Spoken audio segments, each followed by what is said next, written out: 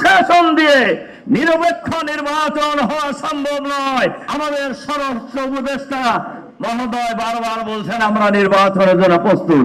কি প্রস্তুত আপনি? আপনি আইন শৃঙ্খলা ঠিক করতে পারেন না, আপনি নির্বাচন করবেন সুস্থ? ফ্যাসিবাদের ভূত যদি সরকারের ভিতরে থাকে, প্রধান উপদেষ্টা আপনি যতই চেষ্টা করেন আপনি সফল হতে পারবেন না। জামাত ইসলামীর তদানীন্তন আমির শহীদ আমিরে জামাত মাওলানা মতিউর রহমান নিজামী সহ যত নেতৃবৃন্দকে খুনি হাসিনা হত্যা করেছে, সকল হত্যাকাণ্ডের বিচার দ্রুত শেষ করতে হবে বাংলাদেশের মাটিতে। এবং জামাত নেতৃবৃন্দকে বিচারের নামে যারা হত্যা করেছে, এই হত্যাকাণ্ডের সাথে খালি হাসিনাকে ফাঁসি দিলে হবে না। এই বিচারের সাথে যারা জড়িত বিচারপতি, প্রসিকিউশন, তদন্ত কর্মকর্তা, মিথ্যা সাক্ষী দাতাদেরকে অবিলম্বে গ্রেফতার করে বিচারের আওতায় আনতে হবে।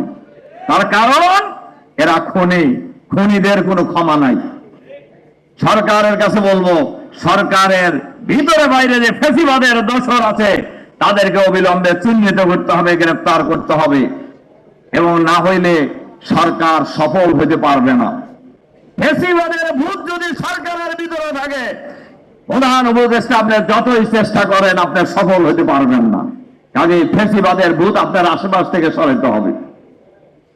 তিন, বাংলাদেশের মানুষ প্রায় 20 বছর হলো ভোট দিতে পারে না।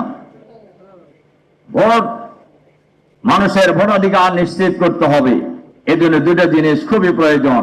লেভেল প্লেইং ফিল্ড তৈরি করতে হবে, সবার জন্য সমান অধিকার নিশ্চিত করতে হবে, আর আইন শৃঙ্খলা পরিস্থিতি উন্নয়ন করতে হবে। আমরা লক্ষ্য করে দেখছি কোন কোন এলাকায় ইতিমধ্যেই কোন কোন সরকারি অফিস কোন কোন দলের অফিসে পরিণত হয়েছে। এইটা সরকারের কাছে আছে, এ খবর সরকারের কাছে নাই তা নয়। কাজে এই প্রশাসন দিয়ে নিরপেক্ষ নির্বাচন হওয়া সম্ভব নয়। যেন তেন প্রকারের নির্বাচনের জন্য এই শহীদরা জীবন দেয় নাই, আহতরা আহত হয় নাই। আজকের এই সমাবেশে আমরা সরকারের কাছে আহ্বান জানাবো, মানুষের ভোটাধিকার নিশ্চিত করার জন্য কার্যকর ব্যবস্থা গ্রহণ করুন। আমাদের স্বরাষ্ট্র উপদেষ্টা মহোদয় বারবার বলছেন আমরা নির্বাচনের জন্য প্রস্তুত। কি প্রস্তুত আপনি? আপনি আইন শৃঙ্খলা ঠিক করতে পারেন না, আপনি নির্বাচন করবেন সুস্থ? এজন্য আমরা সরকারের কাছে ব্যাপারে আহ্বান জানাবো। আর একটা আহ্বান জানিয়ে আমার কথা শেষ করতে চাই।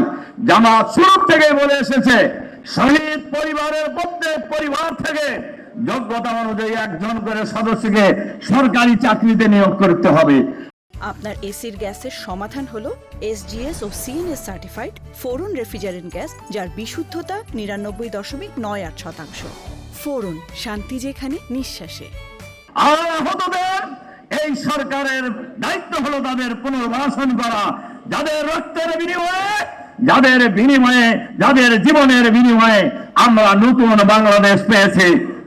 ইউনূস সাহেব আপনি প্রধান উপদেষ্টা হয়েছেন, অনেক উপদেষ্টা সাহেবরাই আন্দোলনে কে কি ভূমিকা রাখছেন আমরা জানি, কিন্তু আমরা কিছু বলিনি যে আপনারা দায়িত্ব পালন করেন। কিন্তু আপনারা যদি দায়িত্ব পালন না করেন তাহলে অতীতের স্বৈরাচারীদের যে পরিণতি হয়েছে আপনাদের পরিণতি একই হবে।